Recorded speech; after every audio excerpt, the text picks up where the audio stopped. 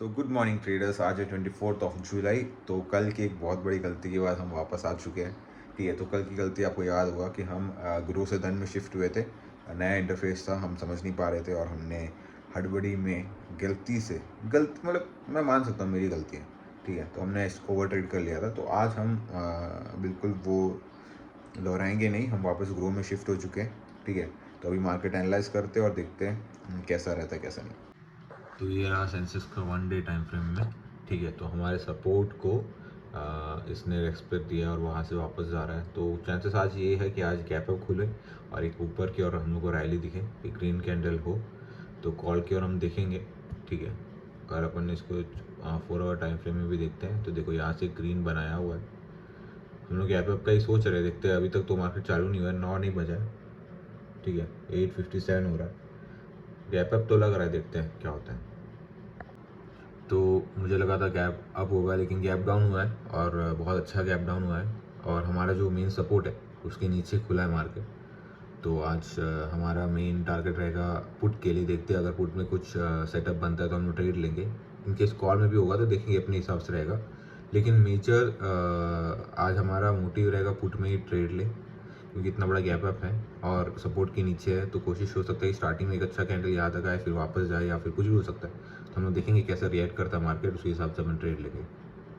तो इधर पुट में हमने कोई एक ट्रेड दिखाया, तो हम लोग फाइनली भी पुट में एक ट्रेड लिए हुए हैं। ट्रेड चल रहा है, अगर मैं दिखा दूँ आपको। देखते हैं कहाँ तक जाता है।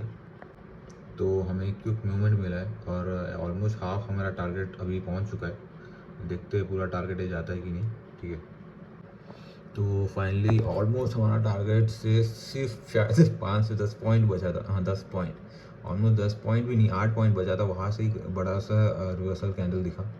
ठीक है, मैं वेट कर सकता था, लेकिन मैं इसलिए नहीं वेट कर पा रहा हूँ क्योंकि कल हम लोग लॉस किए थे। लॉस इन द सेंस, कल हमने गलती किया था। ठीक है, एंड मैं अभी एक ही लॉट से कर रहा हूँ। तो अगर मैं 2-3 लॉट से करता तो मैं यहाँ पे अगर एक या दो लॉट को क्या बोलते हैं, एग्जिट करने के बाद रुक जाता। लेकिन मैं एक ही लॉट से कर रहा हूँ, तो वो चीज़ मैं यहाँ कर नहीं सकता, इसलिए मैं यहाँ पे एग्जिट कर लिया टाइम पे। तो आज का ट्रेडिंग सेक्शन खत्म हो चुका है। अब मैं वीडियो एडिट करके डालूंगा, उसके बाद मेरे और भी काम है, मैं निकल जाऊँगा। एक चीज़ जो मैं आपको बताना चाहता हूँ, कल मैंने गलती किया। ठीक है, ओवर ट्रेड किया मैंने, 3 ट्रेड किया था कल। आपको शायद मैंने इसमें कल की वीडियो में दिखाया था, 3 ट्रेड लिया था जिसमें तीनों एसएल लगा, क्योंकि ज़बरदस्ती मैंने लिया था, मेरी गलती थी, क्योंकि मैं समझ ही नहीं पा रहा था इंटरफेस को, कैसे बताऊँ मैं। ठीक है, तो अब आज मैंने प्रॉफिट किया, एक डे प्रॉफिट। मैं टिक नहीं पाया मेरे क्योंकि कल मैंने गलती किया। ठीक है, उस गलती के कारण आज मेरे को तो मेरे अंदर डर आ गया था। मैं इसलिए समझाने आया हूँ।